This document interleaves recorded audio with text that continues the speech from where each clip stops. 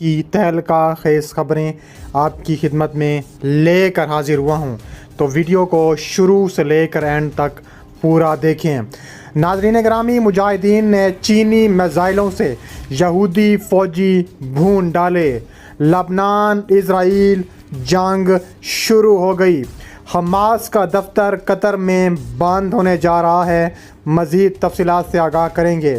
اس کے علاوہ حماس سربراہ اسماعیل ہنیہ کے گھر پر شدید بمباری سامنے آ گئی، متعدد شہادتیں سامنے آ گئیں۔ ویڈیو کی تفصیلات میں آگے بڑھنے سے پہلے ہماری ویڈیو کو لائک کر دیں، چینل کو سبسکرائب کر کے بیل آئیکن پر ضرور کلک کر دیں۔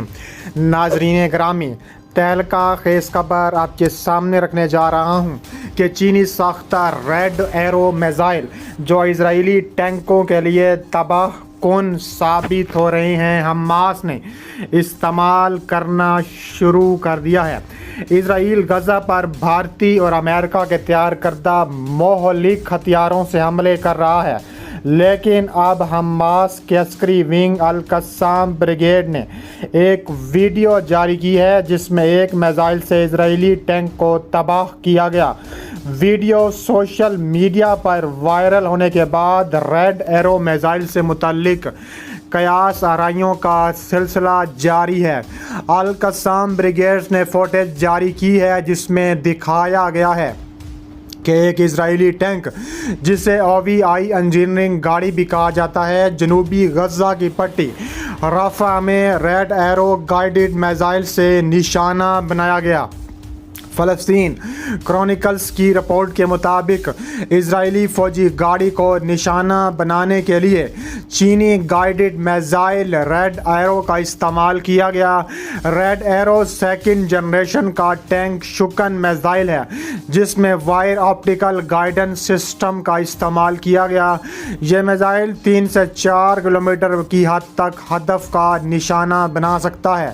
یہ 1980 کی دہائی کے آخر سے چینی پیپلز لبریشن آرمی کی ہتھیاروں کا ایک اہم جزو رہا ہے۔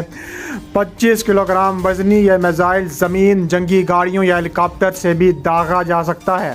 2021 میں اسپوتنک کی ایک رپورٹ میں اس بات پر روشنی ڈالی گئی تھی کہ چینی ملٹری انڈسٹری نے امریکی FGM-148 جیولن کے مقابلے میں کئی third generation portable anti tank missile system تیار کیے ہیں۔ عسکری ماہر کرنل حاتم الفالح نے جزیرہ کو بتایا ہے کہ حال ہی میں متعارف کرایا گیا ریڈ ایرو میزائل مزاحمتی تحریک میں نمایاں حیثیت حاصل کر گیا ہے، جس سے گاڑیوں اور بختر بند یونٹوں کو 4 کلومیٹر تک کی دوری سے نشانہ بنایا جا سکتا ہے۔ الفالح کے مطابق یہ آپریشن اسرائیلی وزیر اعظم بنجامن نیتن یاہو کے القسام بریگیڈز پر جلد فتح کے بارے میں دعووں کے برعکس حقیقت کو ظاہر کرتا ہے۔ غزہ کی وزارت صحت کے مطابق 7 اکتوبر سے اب تک 37,000 سے زیادہ فلسطینی شہید، 1 لاکھ تک زخمی ہو چکے ہیں۔ مزید برآں 11,000 لوگ لاپتہ ہیں جن کے بارے میں خیال کیا جاتا ہے کہ وہ ملبے تلے دبے ہوئے ہیں۔ فلسطینی اور بین الاقوامی تنظیموں کا کہنا ہے کہ ہلاک اور زخمی ہونے والوں میں زیادہ تعداد خواتین اور بچوں کی ہے۔ اس کے علاوہ کہا جا رہا ہے کہ حماس قطر میں اپنا دفتر بند کرنے جا رہی ہے۔ امریکی وال اسٹریٹ جرنل نے دعویٰ کیا ہے کہ فلسطینی مزاحمتی تنظیم حماس قطر میں اپنا دفتر بند کرنے پر غور کر رہی ہے۔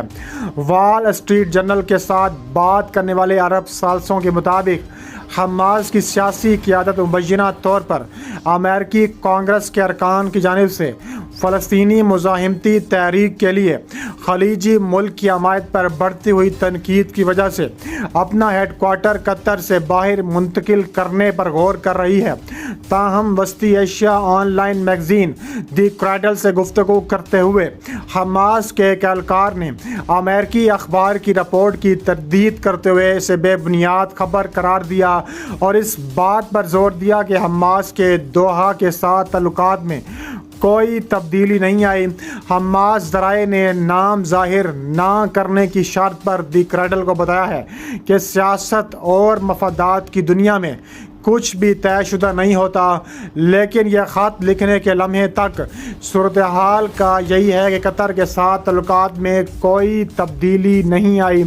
امریکی مالیاتی اخبار نے کہا ہے کہ حماس ہی نے حال ہی میں سلطنت عمان سمیت خطے کے کم از کم 2 ممالک سے اپنے سیاسی رہنماؤں کے دارالحکومتوں میں منتقل ہونے کے امکانات کے بارے میں بات چیت کی ہے۔ وال اسٹریٹ جرنل نے اشارہ دیا کہ قطر سے حماس کی روانگی جنگ بندی اور قیدیوں کے تبادلے کے معاہدے تک پہنچنے کے لیے بات چیت میں خلل ڈال سکتی ہے۔ انہوں نے کہا ہے کہ اس طرح کی روانگی سے اسرائیل اور امریکہ کے لیے حماس تک پیغام پہنچنا مشکل ہو سکتا ہے۔ ایک اور اسالس نے کہا ہے کہ جنگ بندی کے مذاکرات مکمل طور پر ختم ہونے کا امکان کافی ممکن ہو چکا ہے۔ قطر کو امریکی قانون سازوں کی جانب سے حماس کی حمایت کی وجہ سے تنقید کا سامنا ہے، حالانکہ قطر کو مکمل طور پر امریکہ اور اسرائیل کی حمایت حاصل ہے۔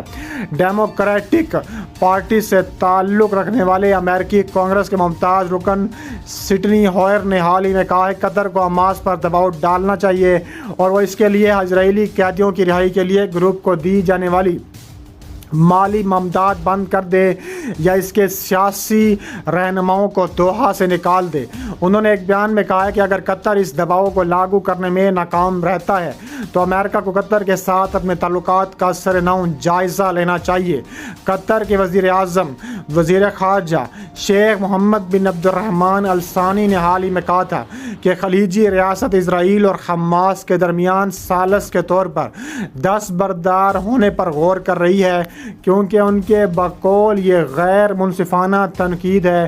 اس کے علاوہ قطری رہنما نے ایک نیوز کانفرنس میں کہا ہے کہ اس کردار کی حدود ہیں اور اس صلاحیت کی بھی حدود ہیں جس کے ذریعے ہم ان مذاکرات میں تعمیری انداز میں حصہ ڈال سکتے ہیں۔ انہوں نے کہا ہے کہ ریاست قطر مناسب وقت پر مناسب فیصلہ کرے گی۔ قطر ایک بڑے امریکی فضائی اڈے کا گھر سے اور 2022 میں صدر جو بائیڈن کا نیٹو اتحادی قرار دے دیا تھا۔ اس کے علاوہ کہا جا رہا ہے، بڑی خبر سامنے آ چکی ہے کہ اسماعیل ہنیہ کو گھر پر شدید بمباری کی گئی، جس کے مقابلے میں ان کے خاندان سمیت ان کی بہن شہید ہو چکی ہے۔ اسرائیلی طیاروں نے شمالی غزہ میں حماس رہنما اسماعیل ہنیہ کے گھر پر بمباری کی، جس کے نتیجے میں ان کی بہن سمیت 10 افراد شہید ہو گئے۔ واضح رہے کہ اسرائیلی حملے میں مزاحمتی تنظیم حماس کے سربراہ ہنیہ کے 3 بیٹے اور 3 پوتے اپریل میں ہی شہید کر دیے گئے تھے۔ اس کے علاوہ تصدیق مزید کی جاتی ہے کہ اسرائیلی حملے میں ان کے بیٹے حازم، عامر اور محمد اور ان کے پوتے بھی شہید ہوئے۔ تازہ اطلاعات کے مطابق اسرائیلی طیاروں نے شمالی مغربی غزہ میں شاتی مہاجر کیمپ کو بھی نشانہ بنایا ہے۔ عرب میڈیا کے مطابق شہید ہونے والوں میں گھر کے دیگر افراد بھی شامل ہیں۔ علاوہ ازیں اسرائیل نے اپنے پناہ گزین اسکول اور امداد کے منتظر فلسطینیوں پر حملے کیے۔ تفصیلات کے مطابق اسرائیلی فوج نے پناہ گزین اسکول پر حملہ کر کے 16 فلسطینی شہید کر دیے، جبکہ غزہ میں امداد کے منتظر فلسطینیوں پر حملے میں مزید 8 فلسطینی شہید ہو چکے ہیں۔ اس کے علاوہ لبنان دوبارہ نشانے پر، اسرائیل اور حزب اللہ کے درمیان گولہ باری شروع ہو گئی۔ اسرائیلی فوج کی طرف سے پلیٹ فارم پر ہوسٹ کردہ ایک بیان میں کہا گیا ہے کہ فوج نے جنوبی لبنان میں طیبہ اور رب الثلاثین کے مقام پر حزب اللہ کے ٹھکانوں کو نشانہ بنایا ہے۔ قبل ازیں حزب اللہ کی جانب سے گائیڈڈ میزائلوں کا استعمال کرتے ہوئے کفر شعبہ پہاڑیوں میں روایسات العلم کے مقام پر ایک اسرائیلی مرکاوا ٹینک اور نمیرہ گاڑی کو تباہ کرنے کا دعویٰ کیا گیا تھا۔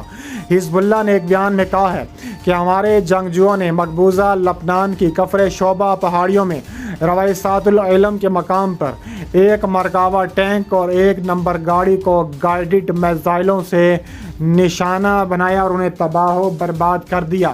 اسرائیلی وزیر خارجہ نے اقوام متحدہ میں ایرانی مشن کی طرف سے انتباہ کا جواب دیتے ہوئے کہا ہے کہ اگر حزب اللہ فائرنگ بند نہیں کرتی، جنوبی لبنان سے انخلا نہیں کرتی، تو اسرائیلی فوج اس کے خلاف پوری طاقت کے ساتھ اس وقت تک حرکت میں آئیں گی جب تک شمالی اسرائیل کے باشندے اپنے گھروں کو واپس نہیں آ جاتے۔ ان کا اشارہ حزب اللہ کے بعد شمالی اسرائیل سے نقل مکانی کرنے والے سینکڑوں اسرائیلی خاندانوں کی طرف تھا جو کئی ماہ قبل گھر بار چھوڑ گئے تھے۔